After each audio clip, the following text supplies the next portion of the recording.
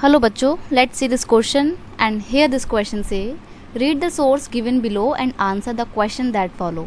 आपको यहाँ पर ये जो सोर्स दिया है इसके बेस पे आपको यहाँ पर एमसीक्यू फॉर्म में क्वेश्चन दिए हुए हैं जो कि आपको सॉल्व करने हैं। तो पहले हम हमारे इसको पढ़ते हैं, सोर्स को पढ़ते हैं। सोर्स आपका क्या बोलता है? Democracy stand much superior to any other form of government in promoting dignity and freedom of individual. Democracy जो है वो अपनी जनता की डिग्निटी को बहुत बढ़ावा देता है, उनकी फ्रीडम को बढ़ावा देता है, और बाकी की जो अदर फॉर्म ऑफ गवर्नमेंट हो वो ऐसा नहीं करती हैं, इसीलिए डेमोक्रेसी सबसे ज़्यादा सुपीरियर है।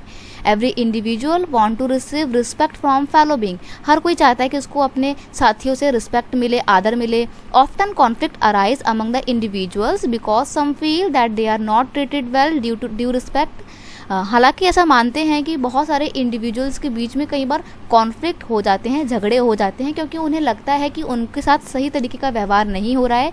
The passion for respect and freedom are the basis of democracy.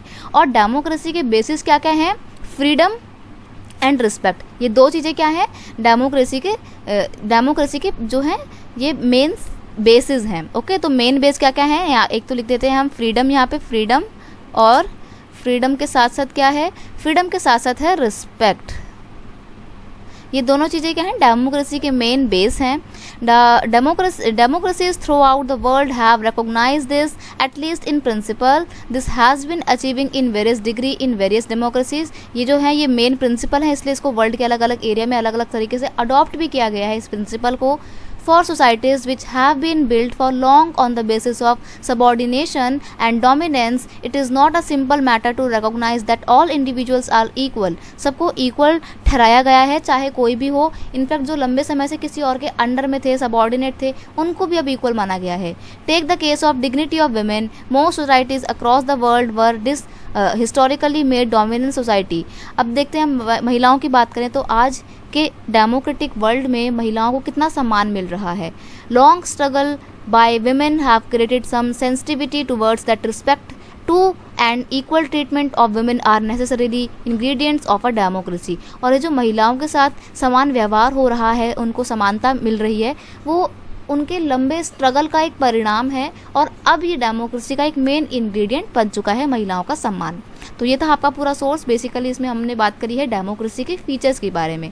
तो यहाँ पे क्वेश्चन तो यहाँ पे बहुत सारे हैं, लेकिन इसका की कॉन्सेप्ट क्या निकल के आया? Principle of democracy. ठीक है, तो की कॉन्सेप्ट क्या है इसका? वेट, की कॉन्सेप्ट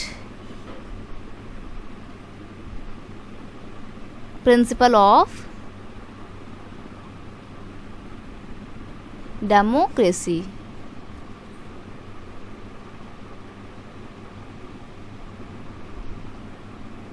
अब देखते हैं हमारे क्वेश्चन को। पहला क्वेश्चन है what is promoted by democracy. Democracy ने किसको प्रमोट किया है?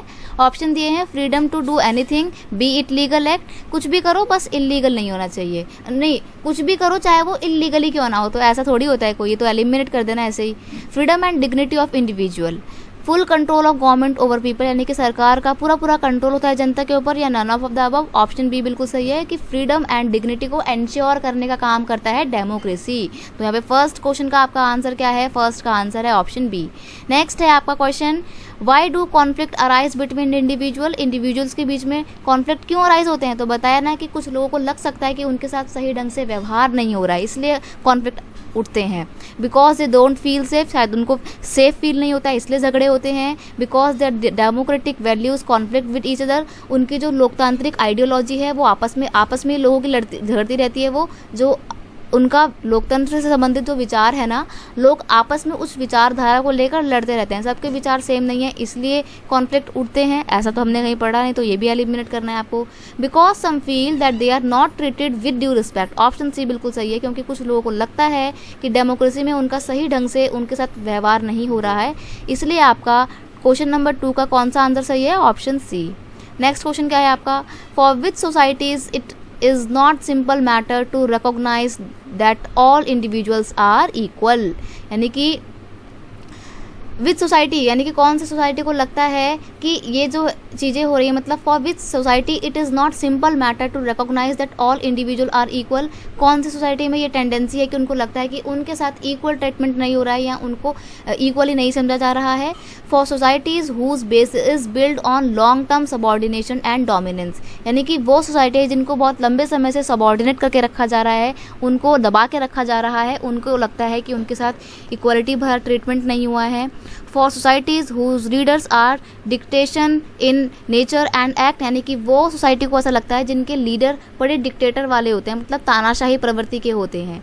नेक्स्ट है for societies where there is no coordination among the people, उस सोसाइटी में लोगों को लगता है कि उनके साथ समान व्यवहार नहीं हो रहा है, जहाँ पे सोसाइटी के बीच में आपस में ही लोगों में कोऑर्डिनेशन नहीं होता है। यहाँ ऑल ऑफ द अबव, तो देखो यहाँ पे ऑप्शन ए बिल्कुल सही है कि उस सोसाइटी के लोगों को लग सकता है कि हाँ उनके साथ सही नहीं हो रहा है क्योंकि उनको लंबे समय से दबाकर रखा गया है। तो आपको यहाँ पे थर्ड का क्या सही करना है, थर्ड का ऑप्शन ए बिल्कुल सही आंसर हो जाएगा।